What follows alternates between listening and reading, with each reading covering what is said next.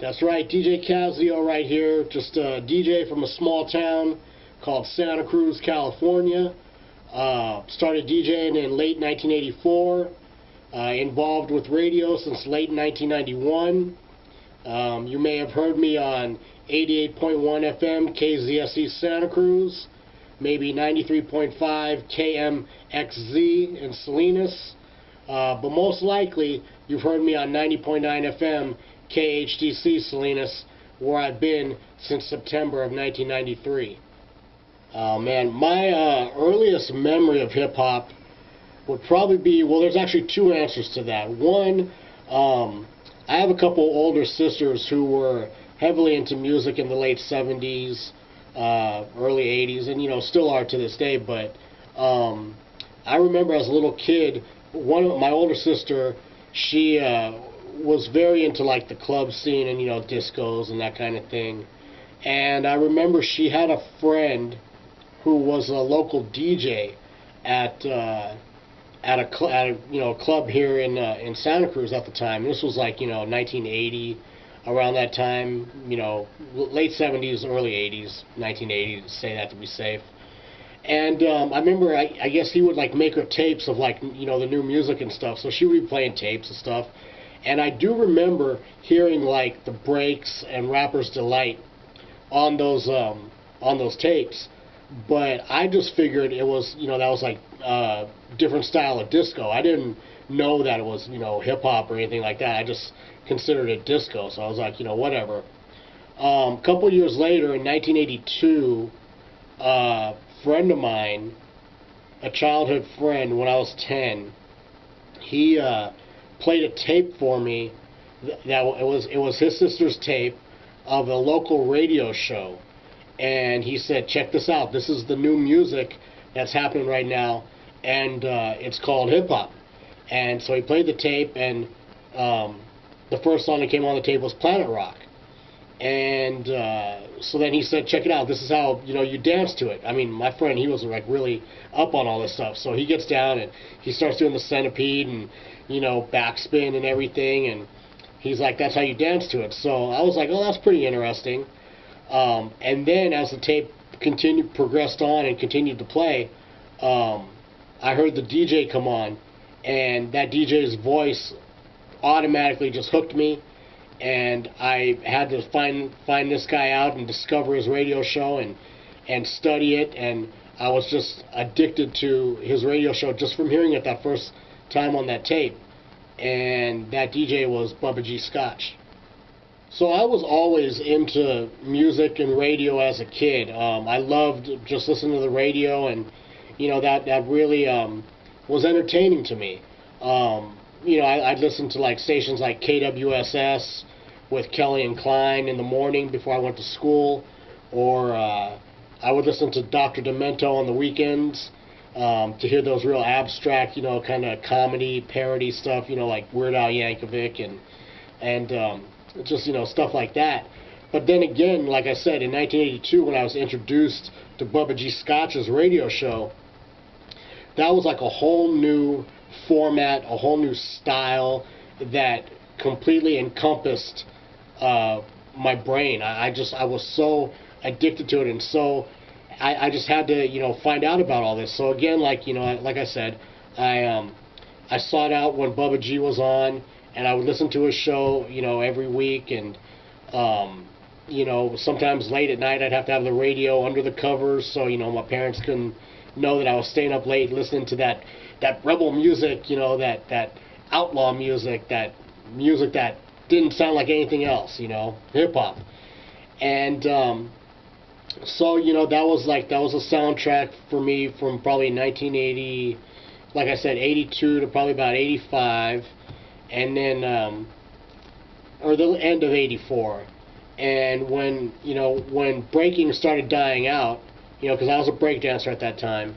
By the way, 1984, 85 breakdancer of the year for the Boys Club of Santa Cruz.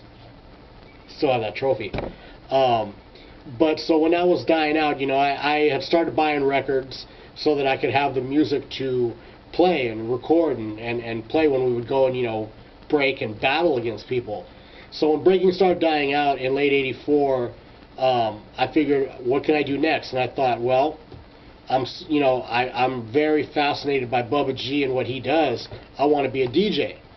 So I began to, amass a good amount of records, and eventually in probably spring or maybe early summer of '85, I got my first pair of turntables and a mixer from Radio Shack. I always made the joke that I was sponsored by Tandy, because, Tandy was the ones who owned Radio Shack. So I had my realistic turntables and my realistic mixer, and I began practicing and not really necessarily knowing exactly what I was doing, but was trying to make what I was doing sound like what I heard Bubba G doing. And I had seen Bubba G play at a Club Culture in Santa Cruz. I saw him play there a few times, and so I kind of had an idea of what I wanted to do and how to get everything going. But again, I was greener than a Green Bay Packers home jersey. That's how green I was. So it took me some time to get everything in line and get mixing down and everything, but eventually I did. And the first time I ever DJ'd live in front of people was my junior high graduation in May of 1986. So that was my, I guess, public debut in May of 1986. So as time went on and I entered high school, I began, DJing more and more, doing house parties and quinceañeras and things like that, and really like coming into my own, so to speak, and getting a good grasp of DJing and what it meant and everything. And I was building up my record collection, and I had a really good library going for the time. I had a job, and every week, I would take every 2 weeks, I'd take my paycheck and go over to San Jose, Star Records, and just come out with a stack of all the new stuff, whether it be hip hop or freestyle or whatever, just whatever it was. Because I always went by the premise, which is something I learned from Bubba G, was that to be a successful DJ, mobile-wise, you can't just pigeonhole yourself and say, I'm a hip-hop DJ, or I'm a house DJ, or I'm a freestyle DJ. You have to have every record to cater to every musical taste, because you never know when you're going to get that request for one style of music or another style, so you have to be prepared. So I always went by that, and in those days, I would just go and my whole paycheck, just whatever was new, I would just buy it.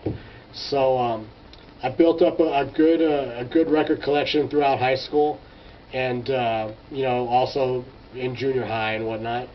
And by the time I graduated high school, I was pretty good. I wasn't Qbert or anything like that, but when it came to actually like keeping a party going and being able to play the right music and read the crowd right and keep the party going, I think I was pretty good. Yeah, so, I'd always been a fan of radio and everything, but I never really, saw myself actually being on the radio. I was having too much fun, being a mobile DJ. So throughout high school, that's pretty much what I did. And then my senior year of high school, my English class, 10 of us were invited to go to a local radio station to read a poem which we had submitted. There was like a little contest in the class. And my poem was one of the 10 that was chosen. I kind of cheated in that it wasn't really an original poem. Basically, I just took Heavy D's verse from Self-Destruction, and I, said that was my poem.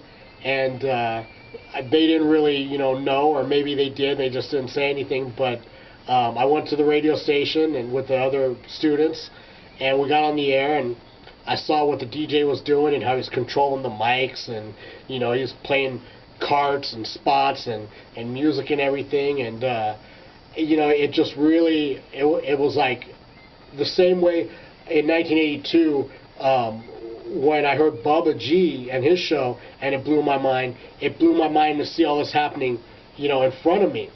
And so that, again, that was 1990, and I just kept it in my head. I said, one day I'm going to be on the radio. I'm going to do something on the radio. Interesting note, the station that we went to do it was KUSP, which was the station where Cupmaster Kurt got his start. So that's like a little tie-in right there. But that was my first time on the radio, and it wasn't like my radio show or anything, but I had my little 15, 20 seconds of fame to do my poem or my verse, and yeah, so that was kind of like the first inkling of me wanting to be on the radio, and that was how it started.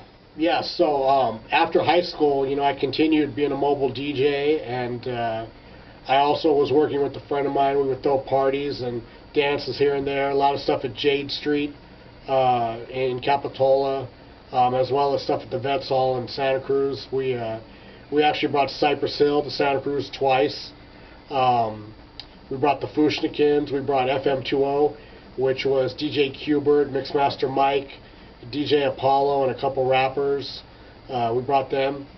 At the same time, I kind of somehow got hooked up with another guy who had started a record pool, but he was a UCSC student, so his time was really limited, and even though he was funding everything as far as the record pool went, he couldn't really run it.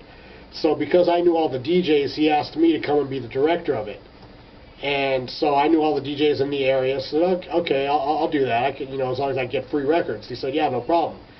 So that was sometime in maybe August of '91 or somewhere around that time.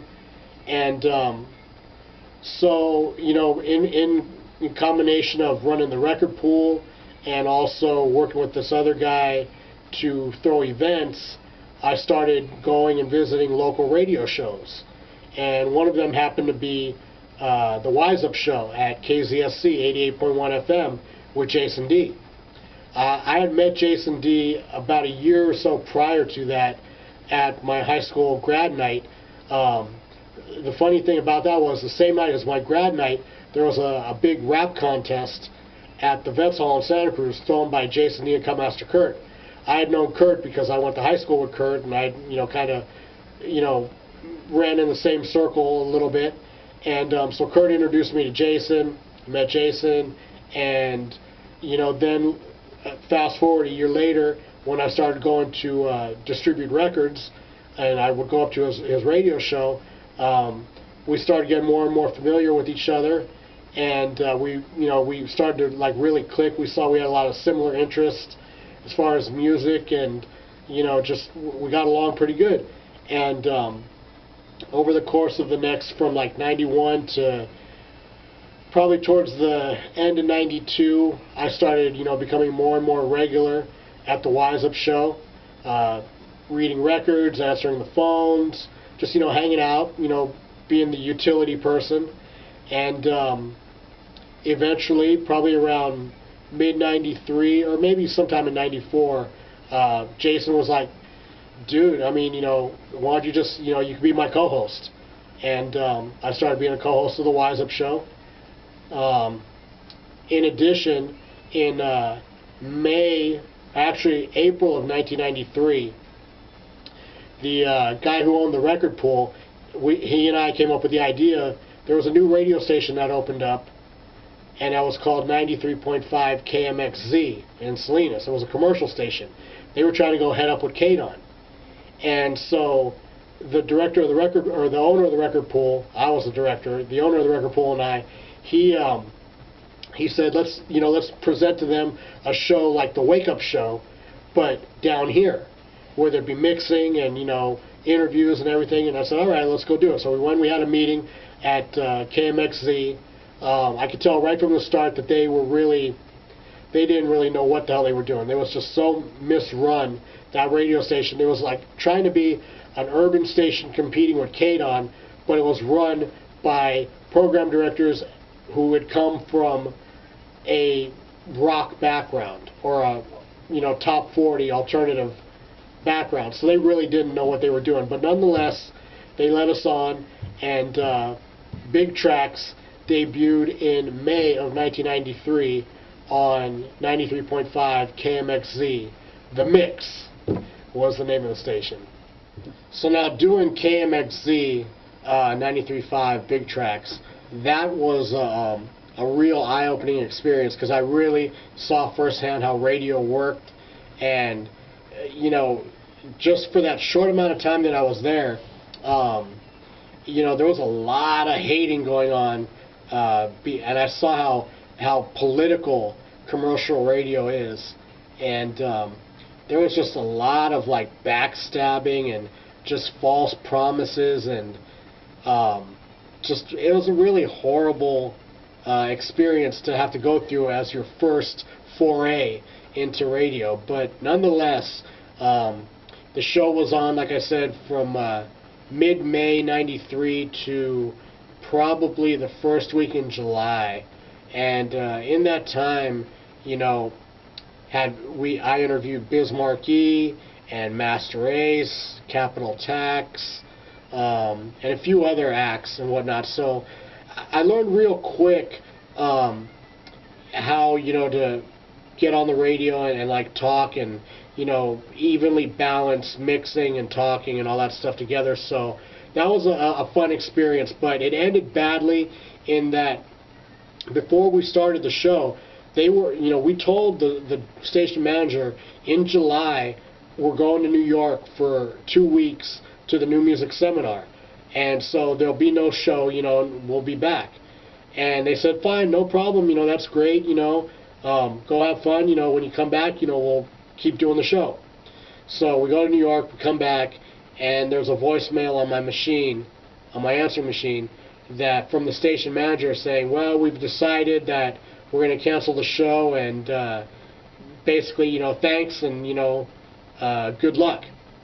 So, I thought to myself, that's pretty shitty that, if there was a problem with the show, that you didn't even have a meeting with us to, discuss how we could fix the problem or, what the deal was. They were just basically like, we decided against it. So, like, whatever, that's just the way it happens, But one of the best things that did happen from, that experience at KMXZ, even though I had kind of known him in passing over the course of the previous year from, going up to the station with Cutmaster Kurt, the best thing that came out of KMXZ for me was I officially met Muhammad the Verbal Tech. He was doing a video show. He came to tape at the radio station at KMXZ while we were on the air one night, and I had I had a good experience for the most part with him that night. There was some backstage stuff that happened that I was really upset about, but luckily him and I smoothed everything out, and I'm pretty sure he talks about it in his segment as part of this documentary. But so I officially had met Muhammad, and when we got let go at KMXZ, immediately I said, I still have to be on radio, I got to do something. So in knowing and having that connection with Muhammad, I called him because he was also the station or the program director here at KHTC at the time. And I called him and I said, whatever spots there are open, substituting for anybody or whatever, I'll do it. I got to be on the radio. So in August of '93, for about a month, from August to September, I was brought in to substitute for a DJ who they didn't know whether or not he was coming back or not. He had been missing a lot of shows, and they needed somebody to fill that time slot. So I substituted for about a month, and that's when Muhammad called me and said, you know what, that slot is yours. He's not coming back, and it's yours. So that was Saturday nights from Saturday nights from 10 to 1 in the morning, called the show Funk Radio, and I brought along, because we had him as part of our show at KMXZ, I brought along a DJ that I knew by the name of DJ Cool One. He was from Watsonville, and top-notch DJ, scratched like crazy, and mix master. He was perfect fit for the show. So he and I put together Funk Radio, and we did that from, as I said, September of '93 till the first week in January of '94, when KHTC, which had previously been owned by the California Human Development Corporation, hence HDC, they sold the station to Radio Bilingue, and as a result, that time slot in those hours were cut. Muhammad said, don't worry about it. I have Cut Master Kurt doing Fat Fridays. You and Cool One come over, and you can do Wednesdays. And we started that in January of '94, probably about the second week in January of '94.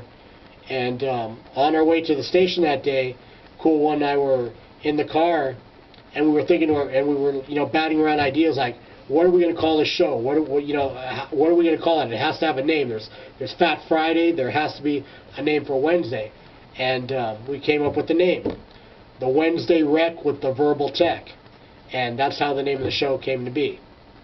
So immediately, Verbal Tech, Cool One, and myself, we were just off to the races. I mean, the show was fun as hell. We were mixing. We had MCs coming in to freestyle live or on the phone. Muhammad never had a shortage of things to talk about. Incredibly entertaining guy on the radio, and it was just the best times. I mean, we were really solidifying a solid hip hop show to complement and in some ways counter what was happening on Fat Friday, because more so than not on Fat Fridays, Kurt would come in and mix, and the talking would be almost, kind of to a minimum. But I was more, and Cool One and I were more open to, letting Muhammad talk, in addition to us mixing. So it was more of a 50-50 thing than Fat Fridays were in that sense. So, I think Muhammad liked it in that aspect. But we just had a blast doing it.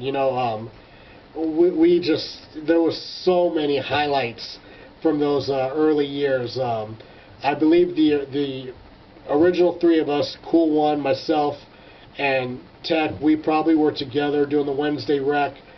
I'm going to say '94 to probably mid-'97 or so, somewhere around that time. And then it was pretty much at that point, Cool One had moved down south with his family temporarily, and Muhammad had decided that doing 5 days a week was a little bit too much on him, so he relinquished Wednesday to me, and it was at that point I became the official host and sole controller, so to speak, of the Wednesday Rec. So yeah, that's how that all came to be. Yeah, so since like I said, since '97 or so, I'm the sole host of the Wednesday Rec. In 2000, Jason D came on and became a co-host with me after he ended his time at KZSC, and ever since then, up until now, it's me and Jason D, the backbone of the show. You also got Tommy Gotti, who's my co-host now, along with M7, and Jason D, the featured DJ every week, even though he's up in Boise, Idaho right now. Modern technology lets us do our thing, and we make the most of it.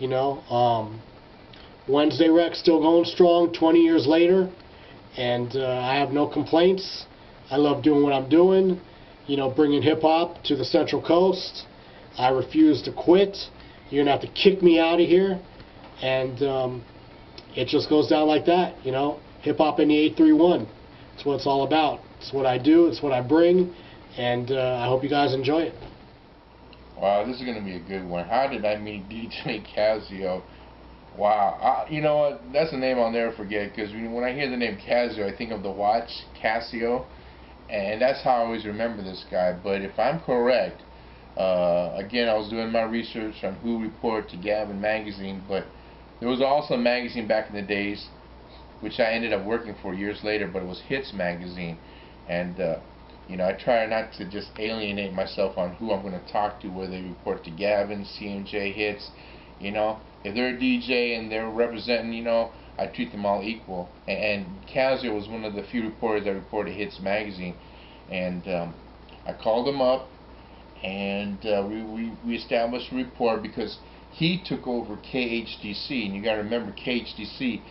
I'll never forget, it was the station in Salinas that broke Sir Mix-a-Lot's record. And if it wasn't for KHDC and Bubba G Scotch, man, we wouldn't have been doing gigs, paid gigs in Salinas. I wouldn't have even known what Salinas was if it wasn't for Bubba G Scotch. And when Bubba kind of left, you know, it was a dry period. Then when I heard that this new guy named DJ Kazzeo took over, I was like, oh, cool. Well, I hope he's just as cool as Bubba G Scotch. And you know what? He ended up being just as cool as Bubba G Scotch. And he ended up becoming a close friend and family. And the first time I met him was at a Gavin conference, getting off an elevator, and he introduced himself to me. So I was looking straight. He walked out of the elevator, and he goes, yes. And I go, where are you? And I look down. I go, oh, Kazzeo. I said, oh, finally I met someone just as tall as Kevin Sakota. I'm just joking. But that's how we met. I think it was at the Gavin convention, because back in the days, that was the place to be, to meet all the up-and-coming hip-hop stars and to meet all the DJs. And since the Gavin days, you know, I've kept with Kazzeo. He was a reporter for Hits. When I became the rap editor at Hits, he reported for me then. He became one of my conference call DJs. And every time he was in LA, when I moved to LA, he'd hang out and stay at my crib. And we developed a really good relationship, not just as a DJ to a promoter, but as a close friend, you know. And that's how I remember DJ Kazzeo, because he's not a guy I looked up to, but a guy I looked down to, in a good way. Kazzeo. He's a jerk. No, I'm just kidding. Kazzeo's one of my oldest and truest friends that's always been there for me, no matter what. I mean, we've had some killer times, man. I can't even talk about the stuff we used to do. Well, I could, but you don't have enough tape for that stuff. But Kazzeo's always been there from day one since I've met him. He's just been hip-hop. I mean, true hip-hopper, man. Can't even say, I mean, if you even say he's not hip-hop, he has hip-hop bleeding through him, you know. And I remember back in the day with his mullet and his flat top and gazelles. Yeah, he was sick. He was a dancer too, but you know, you can never put Kazzeo down, because he has a big heart, man, for hip hop and his friends. And I know everybody that's gonna come on is gonna say the same thing, man. Kazzeo's born to do this. This was his calling in life, to represent hip hop the way he does, and he has been for more than 18 years on the radio. I mean, I can't even describe what Kazzeo's meant to everybody on the radio and the music he's brought forth to us to hear, man. And thank you. This is how I met your boy, your man, that's your man. You know, this is how I met Kazzeo. Now, there's a lot of rumors going around. I'm going to give you the true story of how I met him, and I'm going to give you the verbatim way that Rec Wednesday started. Because, see, there's a couple of rumors going around that I don't agree with. One, I met Kazzeo. We were supposed to be on my show, on my video show, because at his radio station, he was working for a commercial radio station. They had a show at nighttime, and he was DJing there with Lachlan, the founder of 4080 magazine. They were together. So you know what kind of era that was, right? When they were together. So we went, and Biz Markie was supposed to come by, and yeah, that's all we knew about at the time, was Biz Markie. So Biz did come. We came upstairs and we were shooting Biz, but the station manager came in and he went crazy. He didn't have permission to shoot inside the station, blah, blah, blah, blah, blah, blah. So Kazzeo was really apologetic. You know, he was a real diplomat. He ironed it over a little bit, took care of everything. And that was my first time meeting Kazzeo. Now, in that same shoot, while we're getting ready to pack up, Master Ace just happens to come by to do a promo. So they were upstairs doing Master Aces, getting him to do drops and everything, and we waited downstairs, and because we didn't have any outdoor lights, we took all the cars and shined the headlights on Master Ace, and we did an interview with Master Ace on video, because in those days you had to have light for video. You couldn't do it like you do now with just regular ambient light. No, you had to have light. And that's how we did the interview with Master Ace. That was the day I met Kazzeo. Kazzeo. Great guy, likes women, hip-hop, Heineken's, and New York City, man. What else can I say? Known him for about over 2 decades, probably around that, if not longer. Was a fan of his back in the 90s. Now I'm sitting next to him in a show, 2013, man. Great dude, what can I say? DJ Kazzeo is a good friend of mine for a long time in Santa Cruz. We call him the disgruntled b-boy, I guess is one of our names. He had the funniest hip-hop column ever called Ego Trippin'. I don't know if the magazine got the idea for the name from him, but 4080 magazine, I mean, he's basically the man who started it, although he doesn't get any credit for it. But just to let you know, 4080 magazine, the brainchild, the man behind it, is really DJ Kazzeo. Also, back in the early 90s, he was the first guy to have a commercial radio hip-hop show in the Monterey Bay, Big Tracks. It didn't last very long, but it was sweet while it did. And then, of course, later he moved on to KHDC, and he'll probably be there till the day dies. Kazzeo I've known since probably high school. He was a friend of a friend, so he kind of popped up in random spots and everything else. And I think that years later, through Kurt and a few other folks, I remember that he had kind of become more of a DJ. And they referred to him as a disgruntled b-boy, and I'm not sure why. I think Scott Zushin must have made that. It sounds like something he would say. But, and then after, I think when Muhammad had a show on KHDC, I think, from what I understand, Kazzeo had taken over the reins, and I think that that's kind of where he is to this day, which I think is just perfect, because it just seems like he's like the perfect guy to kind of inherit that Central Coast. And KHDC, I guess, which was KUBO back in the day, so it's kind of funny how it's like full circle. You know, the guy who's actually putting this all together is the guy who is in the job of the guy who we got all this started, you know, Bubba G. Scotch, so it's pretty awesome. So let me share a little bit about DJ Kazzeo with y'all, man. Ever since I came across this dude, he's down to earth. He's been, you know, opening the door for me to come by the radio station. So I really appreciate the love that he shows the community. But also, mad respect for holding it down for 19 years now, going on 20. Some big respects for doing everything you do, Kaz. You know, much props, much respect. One thing I do want to say, though, is he's a little raw. So the person you hear on the radio is actually who he is in real life. He doesn't really hold back too much. So be a little cautious, you know, because sometimes it does get a little red, if you know what I mean. But Kazzeo, much love, much respect, man. Keep doing your thing. You know, we appreciate the realness in you, bro. Kazzeo, his brother, has been such a big part of the movement that endurance, I would say, is his backbone. Is to keep doing what others have started, and he's got to keep doing it. He draws in both areas and all areas of music. Both areas where he touches the hip-hop thick, the underground, the unheard voices that must be heard, the freestyle, the club scene, the club music scene that should be documented more, because if it's not, it's going to get intertwined with just pop culture. You know, it's very different, and it's very, very, very important. Freestyle music. It almost reminds me of the Motown era, for a reason, because that was such a strong movement, and there's only so much of it. And Kazzeo, speaks his opinion on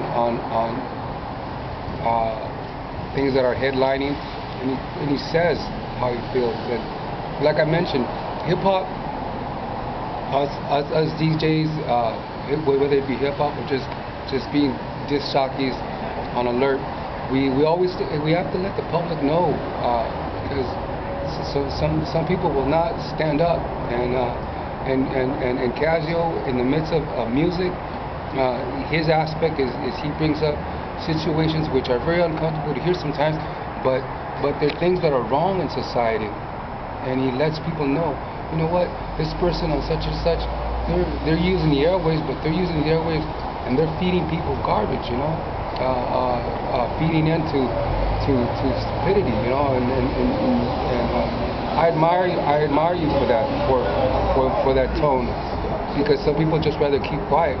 But you take a stand. Kazzeo takes a stand on issues that are evident in this world, and he doesn't give in. He doesn't give in to the top 40 nonsense that you must be top 40 this or top 40 that. He's going to give you what music is, you know. So much of it is covered, just I would say covered, just softened, monotonous rhyme.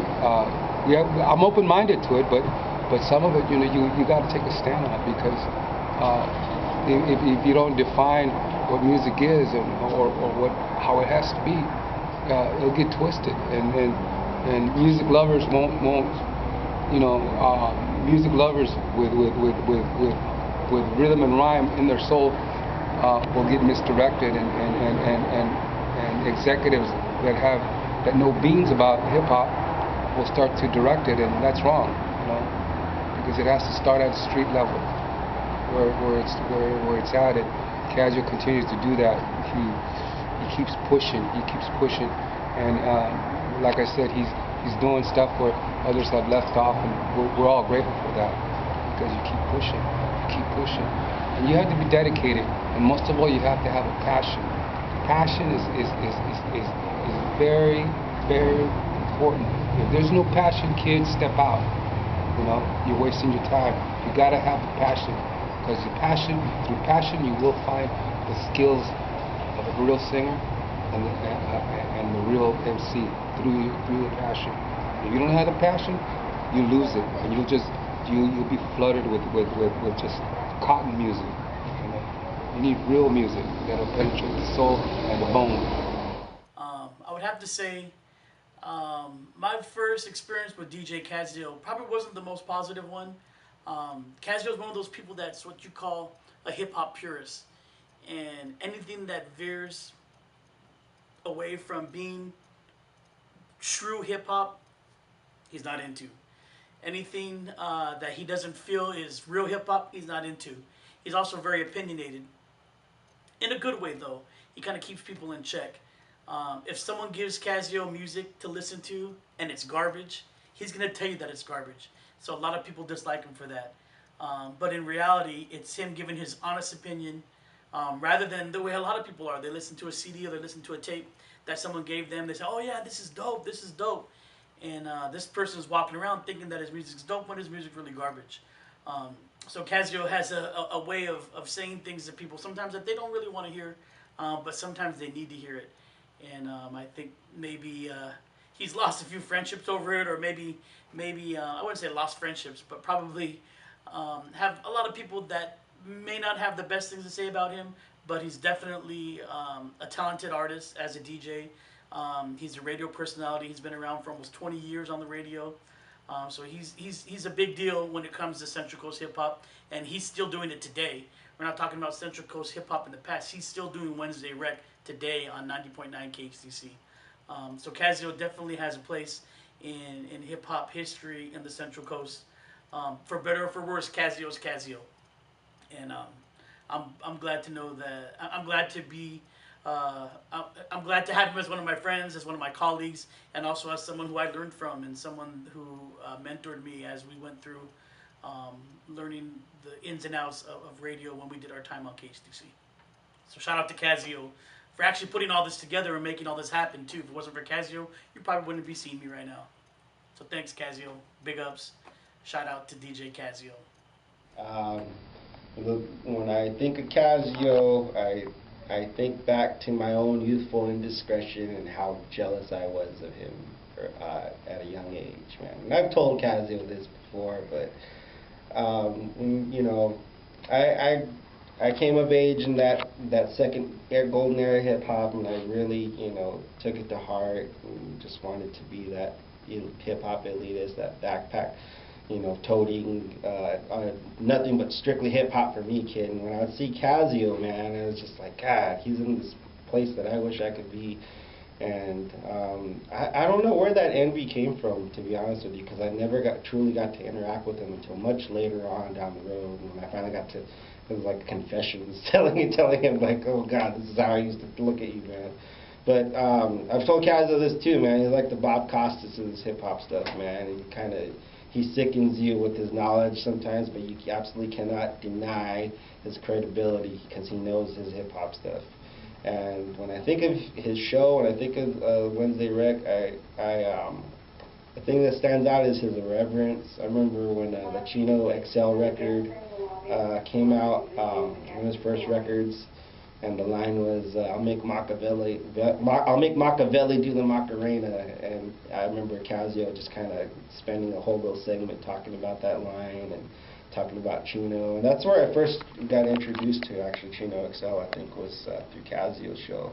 And then another, you know, just his irreverence, man. I remember one segment where he had these DJ Premier unreleased instrumentals, and he just did this whole bit about how, oh yeah, I went out to New York and Primo personally handed me this record and said, here Kazzeo, I want you to play these beats, these are my unreleased beats, and just did a whole segment on that and introducing the beats. And I remember just kind of you know, only Kazzeo could do something like that and just kind of flaunt how much better he was than us without actually saying it, you know. But it was fun to listen to, man, and it goes back to what those other things I'm talking about, is like it's great that we had him around. It's great that I had someone like him around to listen to kind of hold yourself up against, you know, like this guy has credibility, you know, this is the person that you kind of not necessarily want to emulate, but this is you know, who's keeping it real, you know. And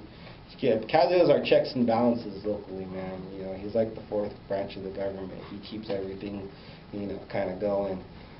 He's laughing as I say this, but it's true, man. I've always admired Kazzeo's ethic. You know, he's unapologetic about anything, man. I love it. I love, even if it's counter programming to what I think. It's real. It's honest, man. And you know, he's confrontational. He's uncensored. He's unfiltered, man. And you got to respect people that are willing to do that in media. You know, even if you don't agree with them on everything they say, because they're necessary, man. They're the reason why people get involved in media to begin with, to speak their mind. And I think that's what Kazzeo's always done. He's spoken his mind. And you know, I think what was another thing that I really wanted to say about Kazzeo?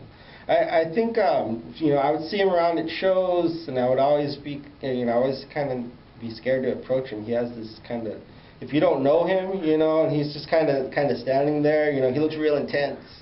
You know, and then you actually you get to know him, you know, and he's such a joker, man. He's almost a clown, you know, but he's real good people, and I've taken occasion to tell him this before, but I really appreciate the fact that I can call him, you know, at any time, and he'll have something great to say for one of my articles. When Guru passed, he was like the first person that I went to. I was like, I need, you know, you to give me something for the story I'm writing about Guru, and he did not, you know, let me down. He came through with some great experiences.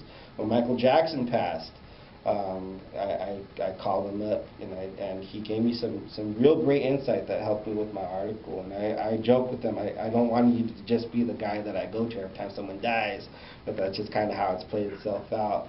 And one of the things that one of my first experiences with them, I really regret not kissing up to him early on, man, because I would have killed to have a byline in 4080. I would have absolutely killed. And I remember one time he was coming out of a show at Palookaville, and he was coming out. I was pretty wasted, so I was stupid. I was like, "Hey, Kazzeo, yo, man, give me an article in 4080, man. What's up? I'm a writer." And he just kind of looked at me like, "Whatever, dude." Kept going. Had a crate of records in his, in his arms. Kept it moving. And I really wish I would have been at least sober at that point, sober enough to present myself in a professional way and present him with some clips, because 4080, man, that was huge to me. That was just to have that locally, just a window into the underground and the access that he had. Him and was it you and Kurt that did that? Well, whoever you did that with, man, I used to love getting those articles, those magazines. I remember the first one I got with Souls on the cover, and it was hanging at the Music Zone, and I was like, holy shit, this is in Salinas? Like, I gotta grab it. I grabbed that copy as quick as I could, and I read through it cover to cover, man, and each copy I could, whenever I can get my hands on it, I studied that shit, I really did, and that he did that, it had a real big impact on my life, because that's the kind of writing that I wanted to do,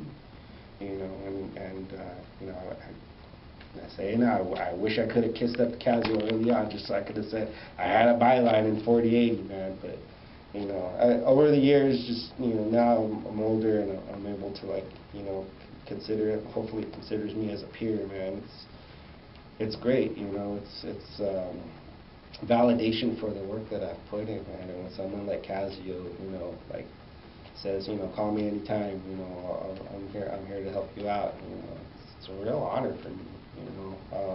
I grew up in the barrio in East Salinas, man, and being devoted to hip hop. You got called a lot of names because everyone around me was cholos.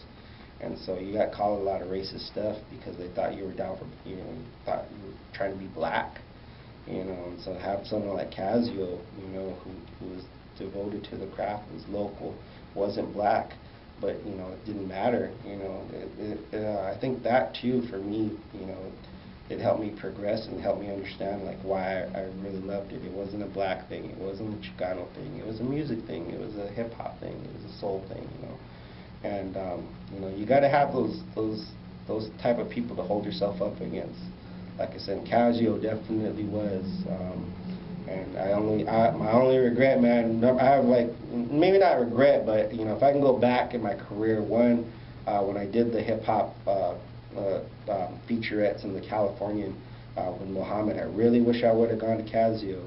I really, really wish I had approached him about it. Even if he would have turned me down, I wish I could have just said, hey man, you need to be in this article too. I don't know why I didn't do that. I don't know what was wrong with me.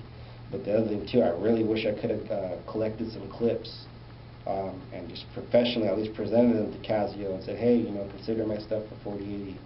I think those are the two of the biggest missteps in my career was doing those. If I can go back, I would probably do those over. But I reconciled it when Kazzeo's 15th anniversary came by. Hopefully, I reconciled that by doing the feature on him then, which was appropriate. And hopefully now, like that, moving forward, Kazzeo's doing this documentary. The fact that he included me in this it's an honor, man. I was so excited when he asked me to do this, and to think that if my voice can be included with all these other great people he's talking about, it's a cool way to be part of history, man. So, thank you, Kazzeo, for all you've done for me. So Kazzeo. So how did I meet Kazzeo? Well, Kazzeo was coming up to the Wise Up show all the time promoting records. He sort of had a record pool, and man, that's so crazy now. I mean, I don't even get records anymore. Just think about a record pool. But Kazzeo came up, and he really, from my perspective, early on, Kurt was, kind of the anchor of the show, coming up every weekend. And he did that for a while, but then he got his own show. He was DJing at Stanford. He got more busy in the music producing, and also became a little bit more exclusive. He had done a lot of work with Cool Keith and that sort of thing. So when Kurt came through, he was more of a special guest. Kazzeo and I developed this relationship where he was coming up every week. He was bringing records, We had pretty similar music, taste in music. Kazzeo has no shortage on opinions particularly about what sucks. I mean, that's his expertise. This sucks, that sucks, it all sucks. So he was always good for to get some commentary going. I wish I could remember dates, but I'm not one of those guys. But Kazzeo, started coming in the early '90s, and I mean, he really, to this day, we still do a radio show together. So that's got to tell you there's some camaraderie there. And he's definitely, a Central Coast legend. His show has definitely outlasted mine now in terms of number of years, and so I'm proud to be associated with Kazzeo, the Wednesday Rec, what he's doing over at 90.9, and appreciate still having an outlet to play music. Let's keep doing it, man. I mean, that's probably the thing is, it's like we're good cop, bad cop. We're not really cops. We just play them on TV, but like, I tend to be honestly the mellow guy, the like calm guy, and Kazzeo tends to be like the let's like flip out and like hit somebody in the head with a bottle and like break this record because this record sucks. This record skipped. I'm gonna snap it right in the studio. He broke a few records in front of me while DJing, and you didn't call in on time for my interview, so I'm going to kill you and I'm never going to play your record again. I tend to be like, hey, can you call back again? So, we're kind of a good balance. I think, left unchecked, Kazzeo would have a very large criminal record, and it's a good thing that I'm here to, make sure he doesn't do that.